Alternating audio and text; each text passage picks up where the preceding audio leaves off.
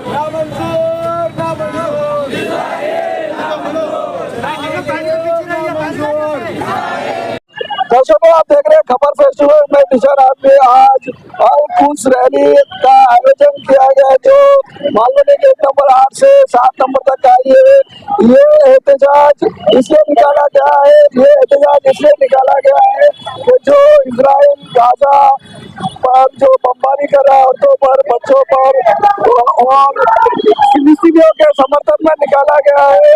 बड़ी तादाद में लोग यहाँ पर मौजूद थे।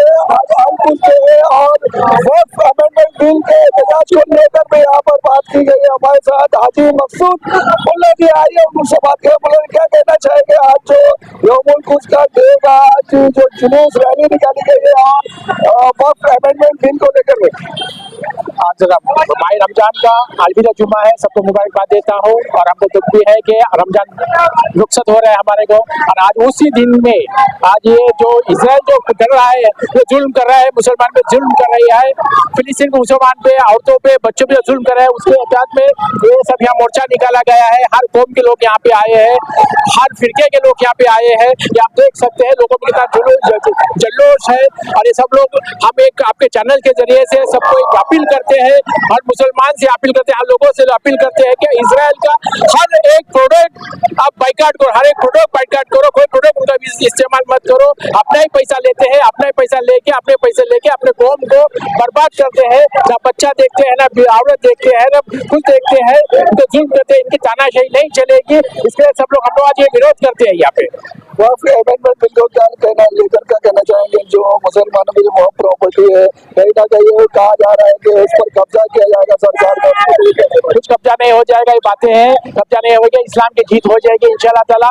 आने वाला समय अपना ही रहेगा इंशाल्लाह ताला, जीत इस्लाम की होगी इंशाल्लाह ताला। बिल आना चाहिए या नहीं आना चाहिए। क्या आखिर में क्या मैसेज देना चाहेंगे हमारे तमाम मुस्लिम और मुस्लिम? हम सब मुसलमान, हिंदू मुस्लिम सब भाई बहन को आई आपके यहाँ चैनल से देना चाहते हैं, हर एक इजराइल प्रोडक्ट का विरोध करो। इजराइल प्रोडक्ट कोई भी यूज मत करो, ये बहुत बड़े कमीने हैं, ये गद्दार है, कौम के गद्दार है। ये आपके चैनल से हमको मैसेज देना चाहते हैं।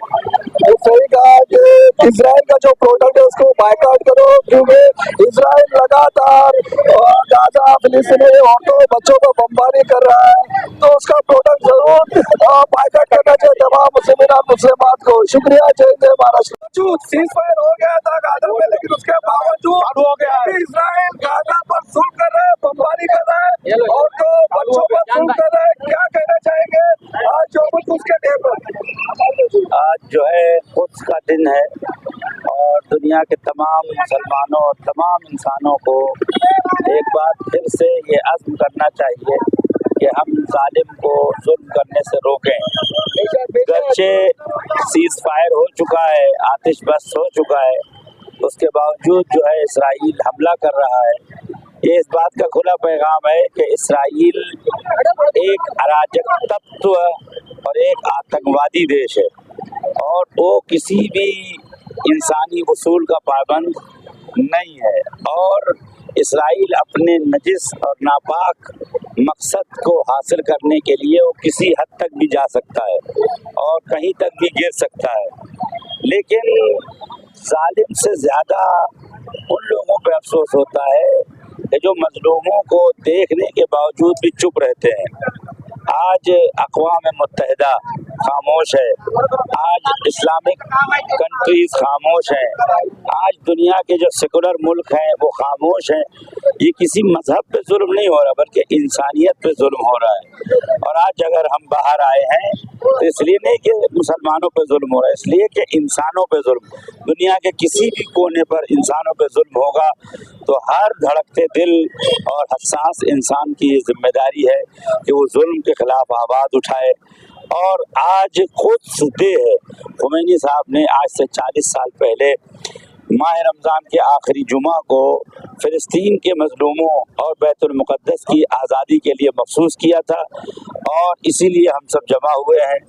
वो दिन आए कि जब पूरी आबादी और तमाम मसाजिद से तमाम मुस्लिमीन नमाज का फरीज़ा अदा करने के बाद मज़लूम की हिमायत के लिए खड़े हों, ताकि एक दिन ऐसा आए कि फ़लस्तीन पर फिर फ़लस्तीन का परचम लहराए और इसराइल कहीं दूर दराज इलाके में चला जाए।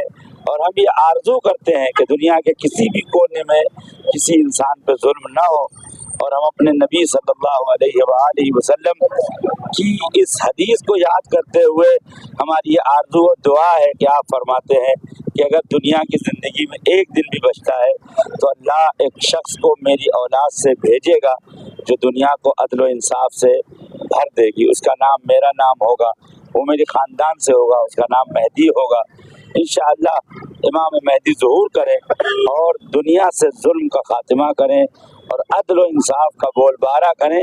लेकिन तमाम मुसलमानों पे ज़रूरी है कि इससे पहले कि जुल्म इतना बड़ा हो जाए कि हमारे हाथ वहाँ तक न पहुँचे, हम सबको मिल के जालिम को उसकी जगह पे बिठाना चाहिए और मजलूम की हिमायत करनी चाहिए। मुस्लिम कंट्री है लेकिन कहीं ना कहीं इसराइल पर असर नहीं हो रहा, वो इंटरनेशनल लॉ का भी उल्लंघन कर रहे हैं। तो किस तरह से इसराइल का सामना किया जाए? सिर्फ कंट्री होने के बावजूद एक छोटे से इसराइल का सामना नहीं किया जाए। असर तब होगा जब आप कुछ करेंगे, तो कुछ कर ही नहीं रहे, बल्कि वो इसराइल से दोस्तियां करते आ रहे हैं।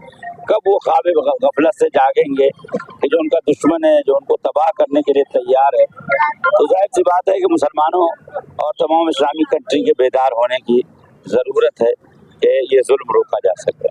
तुर्की, ईरान और तमाम देश मिलकर दावा करते हैं अक्सर करके कि हम मदद करेंगे, हेल्प करेंगे, जंग को खत्म करेंगे, किसी तरह का समझौता कराएंगे। क्या ये सिर्फ बकोलेबाजी हो रही है या फिर कुछ आगे होगा? भाई मैं तुर्की का तो नहीं जानता, लेकिन मैं जानता हूँ कि ईरान ने अपना पूरा अस्तित्व दाव पे लगाया हुआ है और ईरान के अलावा न कोई मसले फिलिस्तीन उठाता है, ईरान के अलावा न कोई फिलिस्तीन को यूएनओ में ले जाता है। ईरान हर तरीके से फिलिस्तीन की मदद करता है। आज पूरे ईरान में अगर ईरान की इस वक्त 9 करोड़ आबादी है तो 9 करोड़ आबादी सड़क पर होगी और फिलिस्तीनियों न तना वो नाराबाजी करते हैं, उसी प्रोटेस्ट में लाखों करोड़ों रुपए चंदा इकट्ठा करते हैं। उसके बाद तेल का एक खास हिस्सा जो आमदनी है वो फिलिस्तीनियों को देते हैं। भाई समझ लीजिए कि इस वक्त एक मुल्क है कि जो मजलूमों की हिमायत कर रहा है वो ईरान है, और सबसे ज़्यादा जिसने नुकसान उठाया है वो सैयद हसन नसरुल्लाह। उनका इसराइल से कोई ज़ाती झगड़ा नहीं था, लेकिन उनकी इसराइल से दुश्मनी की बेस जो है, इसराइल से दुश्मनी की जो बेस है वो ये है कि सैयद हसन नसरुल्लाह ये कहते थे कि जालिम को जुल्म करने से रोकना है। लिहाजा ईरान है और अहले बैत के मानने वाले हैं और बाकी हमदर्द मुसलमान हैं कि जो मदद कर रहे हैं, लेकिन इस वक्त कंट्री लेवल पर सिर्फ ईरान है। तुर्की वाला खाली दावा कर रहा है, बल्कि उसने तो और कत्ल गारत का सामान फराहम किया। और आज आप देखें शाम पर आधा कब्जा हो गया इसराइल का, किसकी वजह से? तुर्की की वजह से। तो बजाय ये कि तुर्की मदद करे, तुर्की और इसराइल के साथ। आज तमाम मुसलमान, पूरे देश के मुसलमान, दुनिया के मुसलमानों को आज यौमुल कुफ्र डे पर क्या मैसेज देना चाहिए? भाई यही मैसेज देना चाहेंगे कि वो मुसलमान नहीं है जो किसी मजलूम की हिमायत, खास तौर से अगर वो मजलूम मुसलमान है।